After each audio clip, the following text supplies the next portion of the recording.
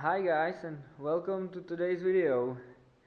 Today I want to take a look at this Honda and see if she will fire up. So I will start with putting the key into the ignition and see if we have any power. So we don't have power. So the battery is located here under the rear seat, and probably at Copart they disconnected the main starter relay, so that's why it doesn't have any power. So we'll connect that and now see if we'll have any power. So we have power. I can hear the pump inside the tank is running. This bike has almost full tank of gas, which I like because I then drain the gas out of this tank and I use that gas in my other bike, the little Honda, which I have on my channel in the NTV video. So it will not crank because it's in gear. The letter N here on the dashboard is not lit up, so it will not crank at this moment. But if I depress the clutch and push the button, oh yeah, but it's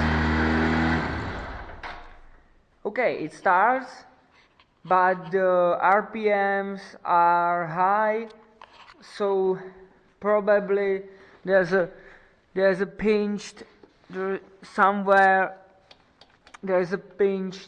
cable somewhere, and the throttle is probably stuck. So I brought my tools, so I will take a look at this. I will use a Phillips head screwdriver. I will disassemble this and see if the cable is pinched.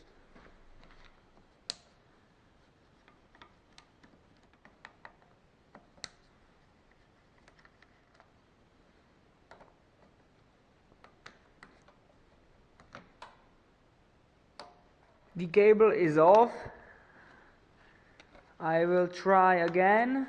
Clutch and the start button.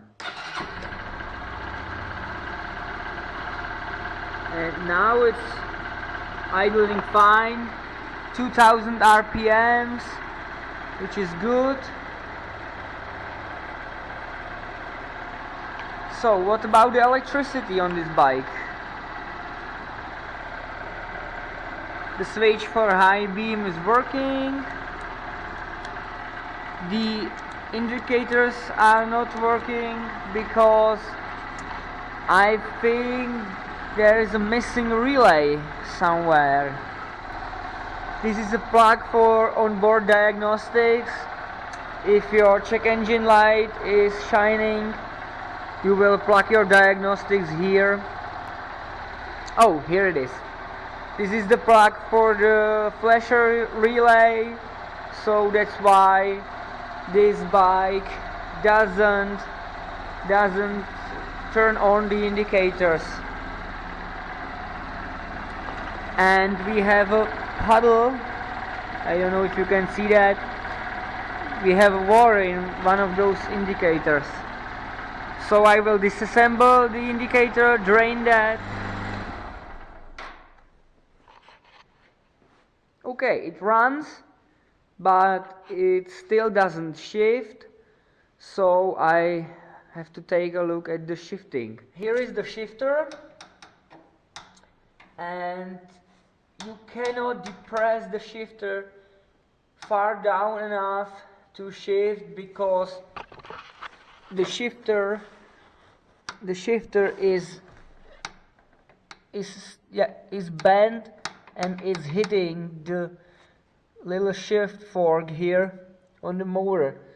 So I will take a pipe or big set of pliers, and I will try to bend this shifter outwards a little bit so it can shift again. Okay, I didn't find any tubing, but I found this was a door hinge, so I will try to pry on the shift lever here, and I will try to straighten it a little more.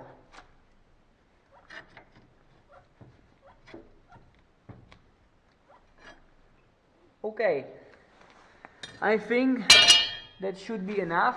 The bike is on its service or central stand, so I will try to shift, and I will move the rear wheel, and I will try to shift it into neutral.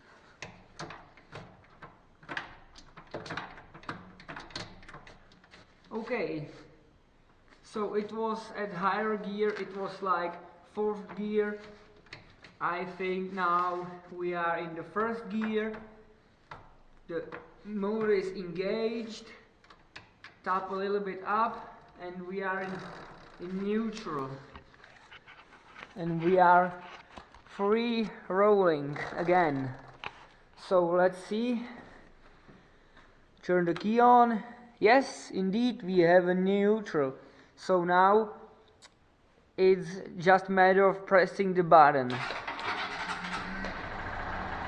And like that, it runs again. One thing that gets me a little worried is this oil leak right here. I hope it leaks just because there is a bad O-ring or gasket, and not from the crash, because as you can see, the frame is bent into the motor, and I hope the studs holding the cylinder head and the cylinder are not bent, because if they are, the whole top end would need to be disassembled, the studs needs to be replaced, but I think I will not do that anyway, because as I said, I do everything on the budget, so I don't have the money or time to do that. I was hoping that the shifting problem will be more interesting, but it turned out that it was a simple bent shift lever. I will found a relay for this, and I will try the indicators, because every time I buy a parts bike, I test the motors if they are good, and I test the charging system. That's what we will do now. We will test the charging system. So I will place you right here on the back of the bike.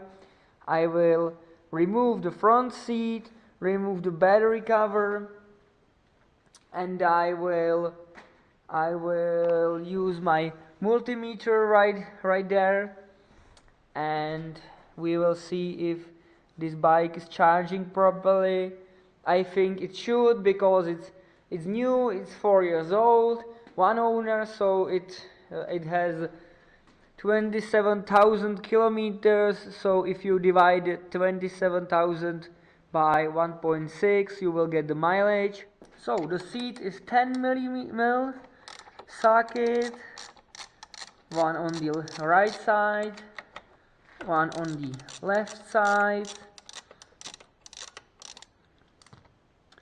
I will put the screws into the little trunk area here. 1, 2. Get the tools out of the way. Lift the seat up. Here's the seat. Now there's battery cover, one 10mm here, and the second 10 is here.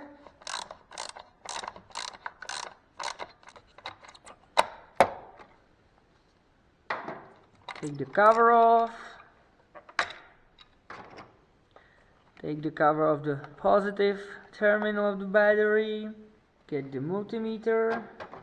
The voltage on the battery is 12.5, which is a little bit lower, but I will start the bike, and the voltage we are looking for is less than 15 but more than 13 volts.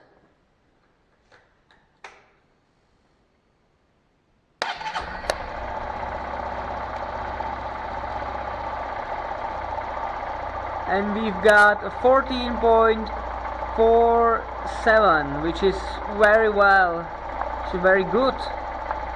If you buy and sell parts, or you think of it, every time you get a bike like this, check the exhaust, if any smoke is coming of the exhaust. The motor is running very quiet. It starts right off. That's good. Another thing you have to check is if the switches for the brakes work. So this is front doesn't work. The rear works. And the front switch is not working because one of the little connectors is unplugged, so I plug it back, and now the front switch works. Okay, I let the bike warm up a little, so let's rev it up and see if the engine will make any kind of noises like knocking or whatever. Now you can hardly tell it's running smooth, it's running quiet, so I will rev it up and we'll see.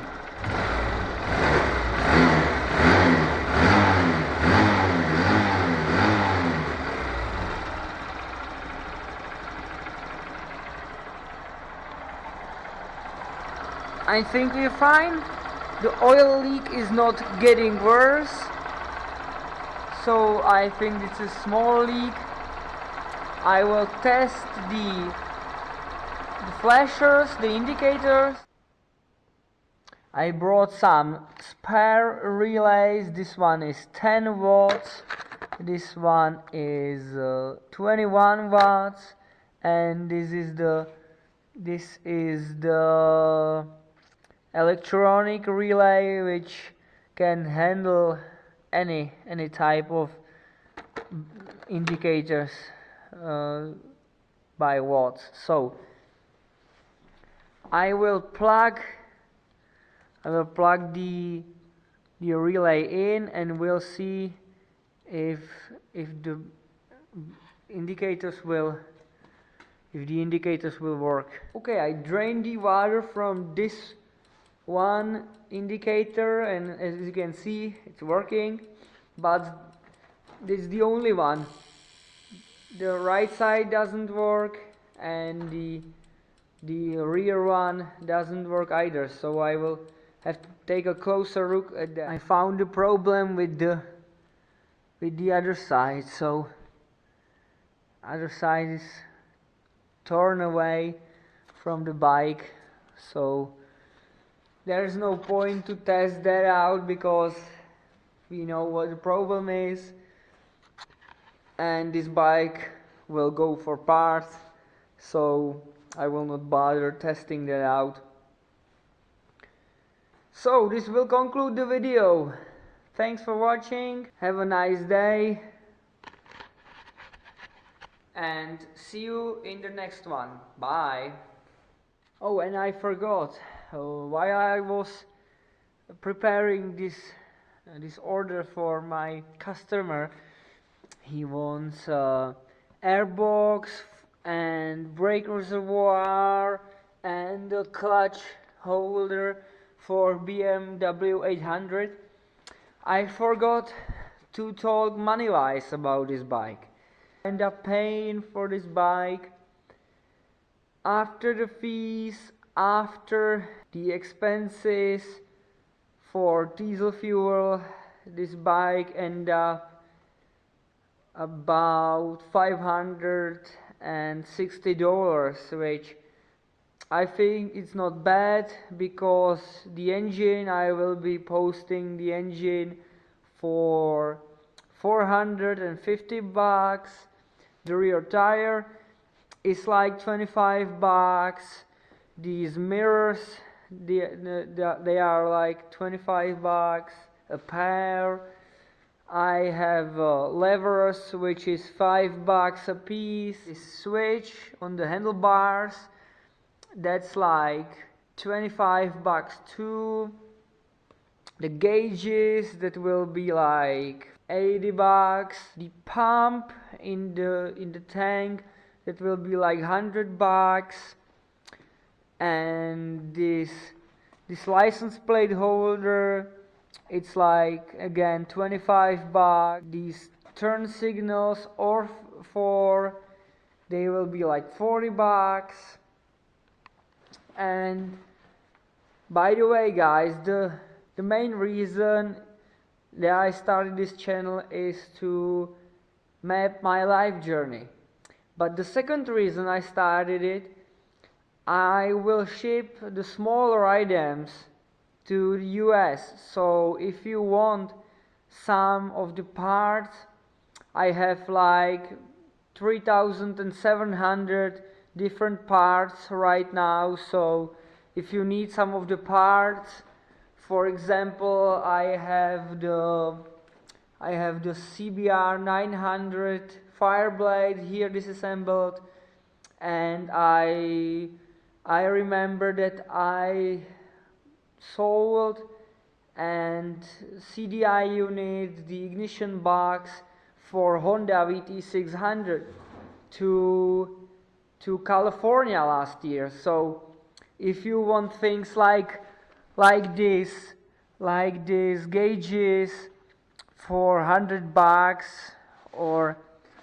or some, I don't know, like this relay for charging system, it's like $40. Or if you need some food pack here, I can ship those small items for like $20, $25 by check post to you guys, to the United States. So if somebody wants something, I will put a link into the description for my shop, and if you find there, or if you looking for some, just give me a message and I will tell you if I have the part or not. So that will conclude this video. Okay, bye.